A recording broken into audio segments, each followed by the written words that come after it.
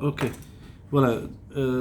Par rapport à la question qu'on pose ici, que vous posez, alors d'abord on est Yeshiva Tzemach Tzedek de Natania.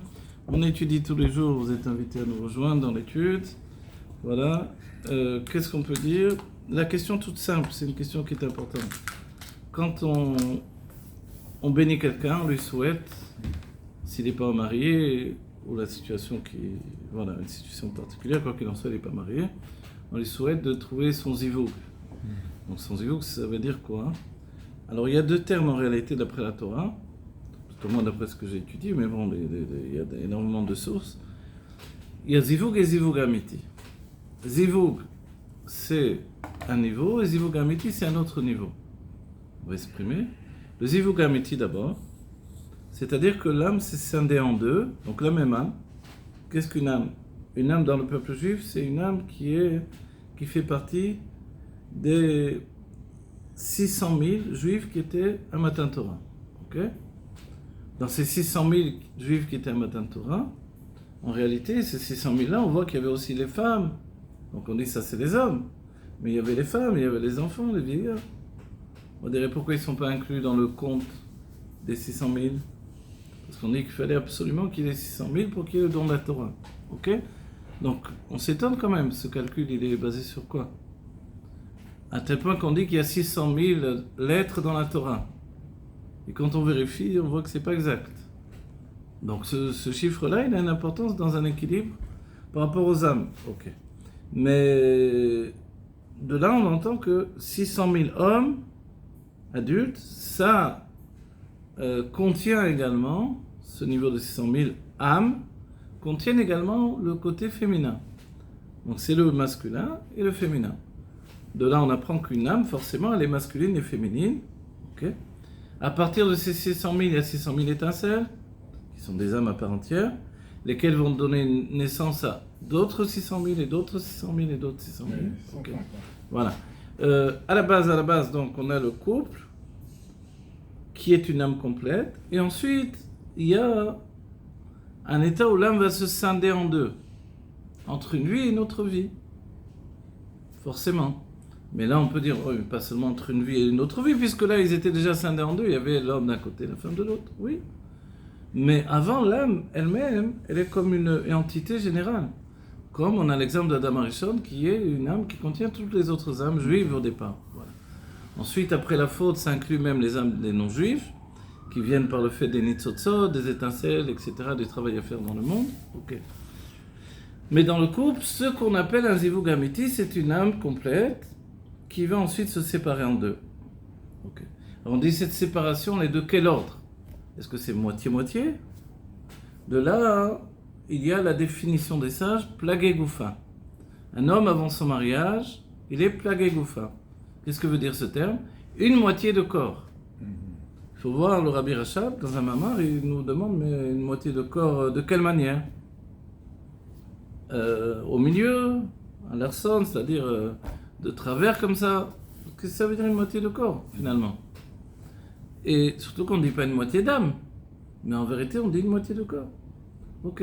De là, on comprend que l'union physique va être mashlim, va donner la perfection et ces notions de shlemut, donc d'union dans l'âme également.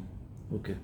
Si bien que l'Admor Saïd, par exemple, nous dira que longtemps avant l'union des corps, au moment du mariage, les âmes s'unissent déjà bien avant ça.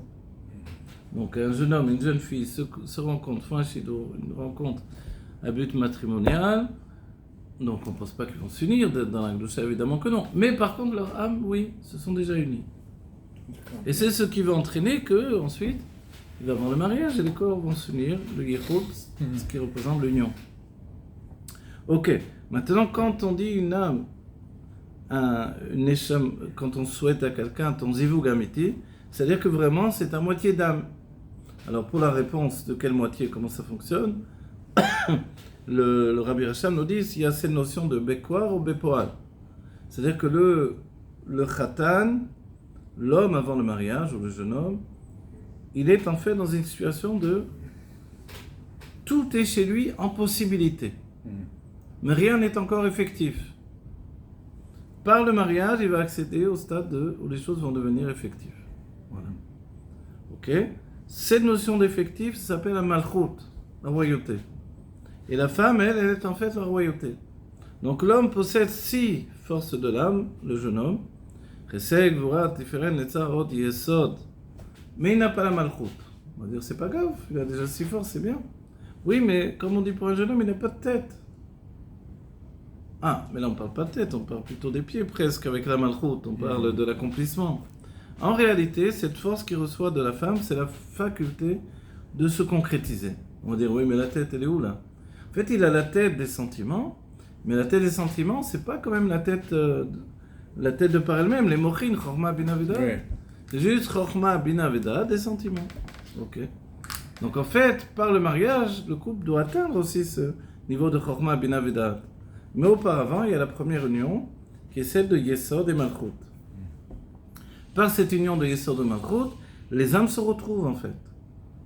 Et là, il y a une chose extraordinaire, donc souvent dans mes cours je l'ai enseigné, c'est que l'homme va donner une part de son âme dans la femme. C'est-à-dire ces 6 mesures de sentiments vont également se partager entre la nature de l'homme et la nature de la femme. Tout à coup, il va par la semence s'introduire en elle, et cette introduction fait que son âme, ces 6 mesures de sentiments, rentrent dans la femme.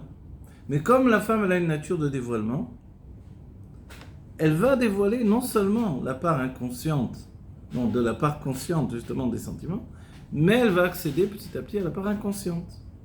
Et c'est ça le but du mariage d'un certain point de vue. Et ça s'appelle le travail.